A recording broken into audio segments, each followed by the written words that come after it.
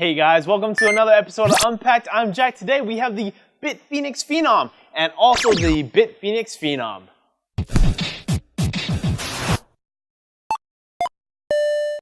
Now I know some of you might be thinking, Jack, you've lost your mind. You're unboxing the same thing twice. On my right we have the Micro ATX Phenom and on my left we have the Mini ITX Phenom. Two very same cases but very different at the same time. I'm going to unbox these off camera and show you why. So the Phenoms came packed in pretty much a standard packaging that we come to expect from BitFenix. We have the hard foam, a quick installation guide, and obviously the case itself. Let's start off with the Phenom Micro ATX first.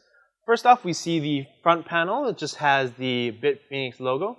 As you'll notice, there is no front 5 1/4 optical drive. On the left-hand side, we see the side I/Os. We have the power button, reset button, headphone, microphone, as well as a couple LEDs for hard drive activity and whatnot, plus two USB 3.0 ports. Moving around to the back, yes, we have a ventilation.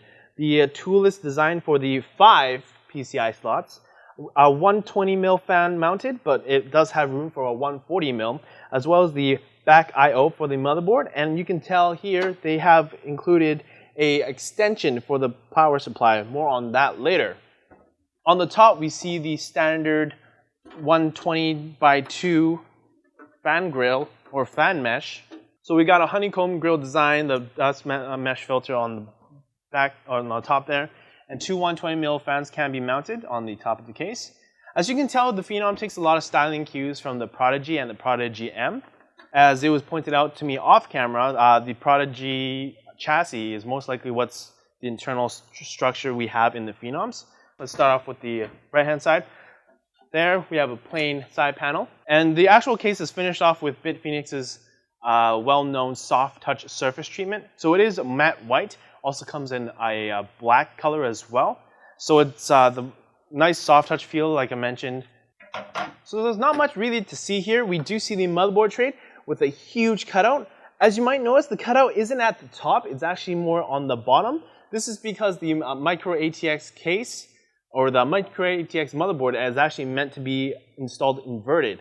So it's actually upside down. That's why we have the motherboard I/O closer to the bottom of the case. And you can see a little sneak peek here of where the power supply is going on the bottom. So actually, let's take a look at the bottom, because we didn't do that earlier. We see the 4 rubber feet there. The place where you would mount the power supply, you do need to unscrew it to get access to put it in there. And also this plastic piece is the magnetic heat shield, which prevents warm exhaust from re-entering the case. So that does it for that side of the side panel. Let's take off the other one, the left-hand side. Gotta love thumb screws. Thank you, BitFenix.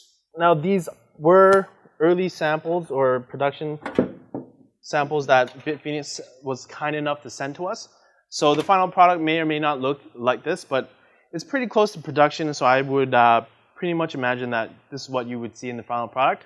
So on the left-hand side panel, we see the connector cables for all the inputs and outputs, as well as 2 SSD mounting areas. And we also see this metal strip here. This would actually be used for 2 more SSDs, or maybe some 3.5-inch drives on the back. And we also see a 5 1/4-inch bay adapter for another SSD or another 3.5-inch. And taking off the front panel, because I couldn't do that earlier, you see some mesh on the side there, mesh accents, as well as a 200, 230, or 2 120mm fan holes in the front ventilation. Here you can see that 5 1/4-inch bay cutout that won't be used, like I mentioned earlier. But you will be able to install the drive bay adapter in there, like so. Obviously, you're going to need some screws or it's going to fall down like that. So on the bottom, you can see a 120mm Spectre fan pre-installed that comes with the case, and a box of accessories that we've come to expect that has the standoffs for the motherboard, a hex key driver, some screws, as well as a few zip ties. Oh, and they also include a USB 2 to USB 3 connector. That's really neat to still see. So the Micro ATX version of the Phenom Basically, it's geared towards more of a gaming PC or audio-visual editing workstation. This one, like I mentioned before, the back has the 5 expansion PCI slots. So you can actually run dual graphics up to 320 millimeters or a 240 size radiator on the top.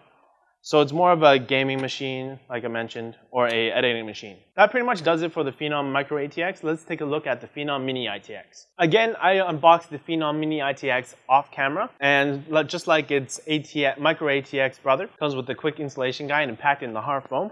We can put that aside. So exterior-wise, completely the same except for 2 big sides. Well, 2 main sides. The front's the same, sides are the same, top's the same, but the bottom is different. So we have a nice 120mm dust filter. That's always nice to see, easy to take out for cleaning, along with the full rubber feet. And you can notice that there are 6 screws here, here, and here. And that's actually to remove the flex cage drive cage. More on that later.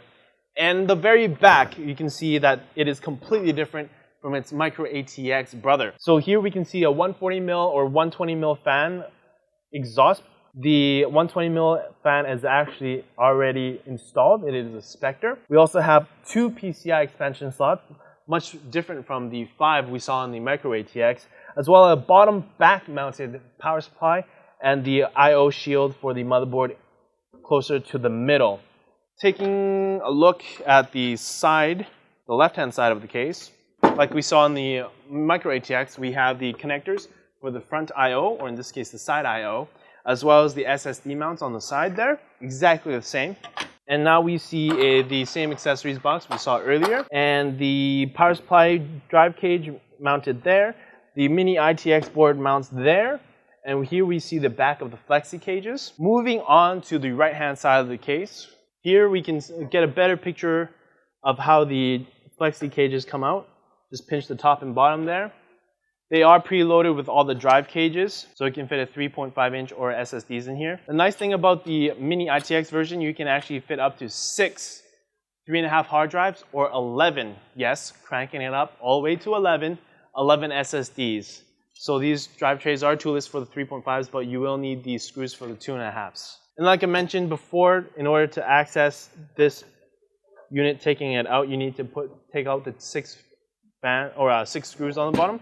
But you will need to remove the 2 front rubber feet to get access to the screws that are hidden underneath that. In terms of cooling, the Mini ITX version will be able to take a tower heatsink of up to 170 mils tall, as well as 2 120mm fans up front for cooling, 1 exhaust fan on the back, 1 more down by the power supply, and that pretty much sums it up for the Phenom Mini ITX. So what does this really all mean with the new Phenom cases from BitFenix?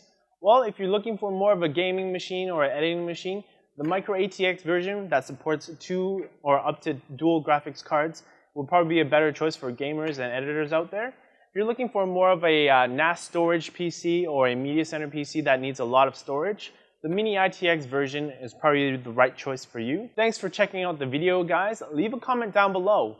Which one actually would you prefer? The gaming version or the storage version? Don't forget to subscribe and share.